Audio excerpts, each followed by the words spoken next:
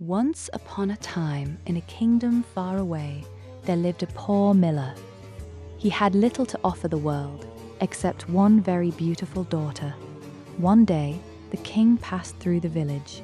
The miller, desperate to impress him, blurted out the most foolish thing he had ever said in his life. "Your Majesty, my daughter can spin straw into gold." One day, the king's eyes narrowed. The king's eyes narrowed.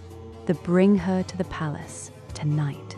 The girl was led deep into the castle, down long, dark corridors, past flickering torches, until the guards threw open a heavy wooden door.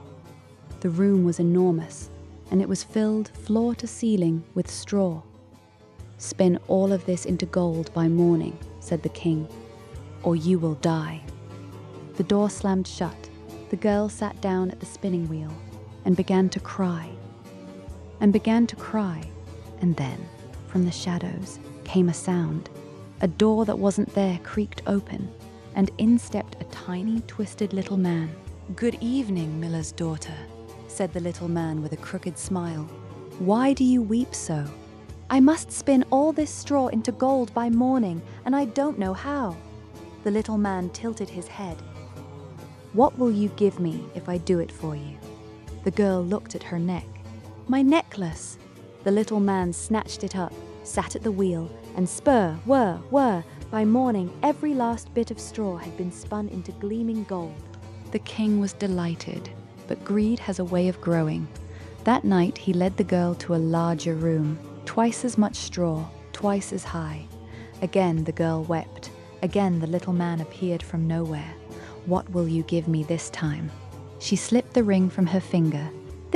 It's all I have left." The little man smiled his crooked smile.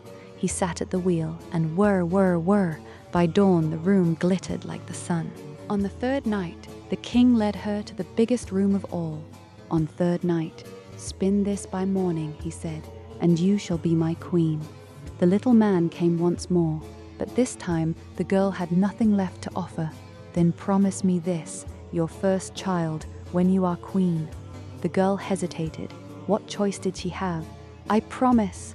Whir. Gold, all of it, every last strand. And in the morning, the king made her his queen, just as he had promised. A year passed. The queen gave birth to a beautiful baby. She had almost forgotten the little man. Almost. One night, he appeared at her chamber door. One night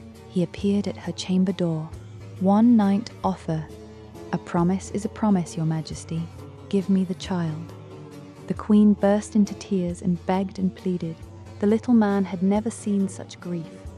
One night had never seen such grief. "Very well, I will give you 3 days. If you can guess my name, the child is yours to keep." All night the queen lay awake, thinking of every name she had ever heard. She sent messengers across the kingdom to search for strange and unusual names. On the first day, Caspar, Melchior, Balthazar? No.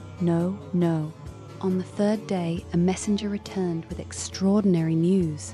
"Your Majesty, deep in the forest, I saw a tiny man dancing around a fire, and he was singing, 'Today I brew, tomorrow I bake, the day after the queen's child I take, and no one knows my little game.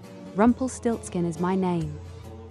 That night, the little man appeared for the last time, grinning his crooked grin. "Well, your Majesty, what is my name?" The queen pretended to think. "Is it Tom?